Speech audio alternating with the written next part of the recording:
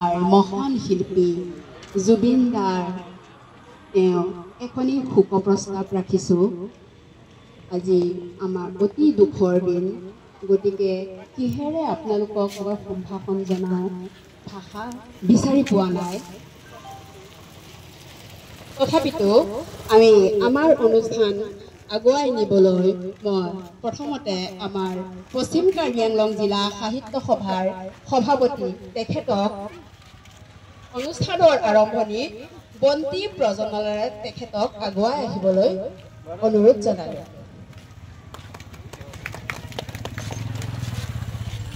সভাপতি ডাঙৰীয়াই মুখ্য বন্তি প্ৰজ্বলনৰ লগে লগে আমাৰ অতিথিবৃন্দক মই অনুৰোধ জনাইছোঁ, তেখেতসকলে এগছি এগছি বন্তিৰে তেখেতৰ আত্মা সদ্গতিৰ বাবে মই অনুৰোধ জনালোঁ। ধন্যবাদ।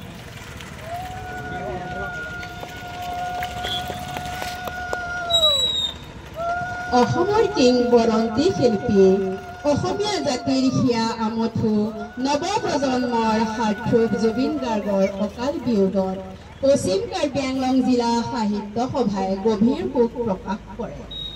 তেখেতৰ বিদেশ আত্মাৰ চিৰশান্তিৰ বাবে প্ৰভু ভগৱন্তৰ শ্ৰীচৰণত প্ৰাৰ্থনা জনোৱাৰ লগতে শোকসন্তপ্ত পৰিয়ালবৰ্গ তথা গুণমুগ্ধলৈ সমবেদনা জ্ঞাপন কৰিলে আৰু লগতে অসম সাহিত্য সভাৰ নিৰ্দেশানুযায়ী অহা 3 দিন অসম সাহিত্য সভাৰ পতাকা সকলো শাখা সাহিত্য সভাই অৰ্ধনমিত কৰিব।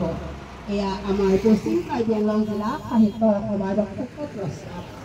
গতিকে সকলো অতিথিবৃন্দক এগছি বন্তি অনুৰোধ জনালোঁ। ধন্যবাদ।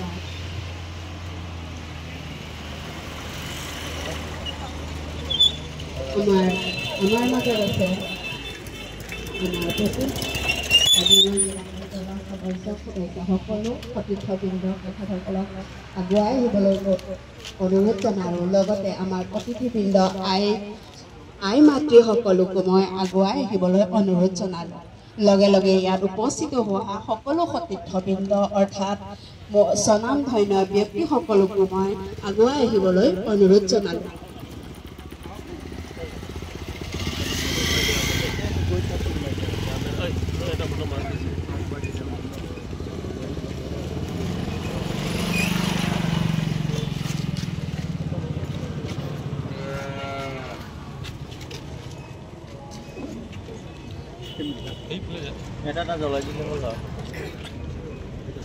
আজি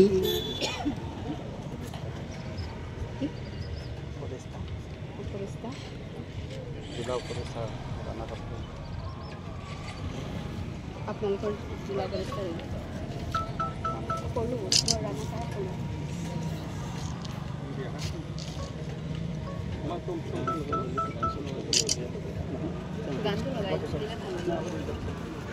টাইমাৰ আহি গৈছে দেখোন। টাইমাৰ ৰাখি দিছে, এইটো বন্ধ কৰিব লাগিছিল।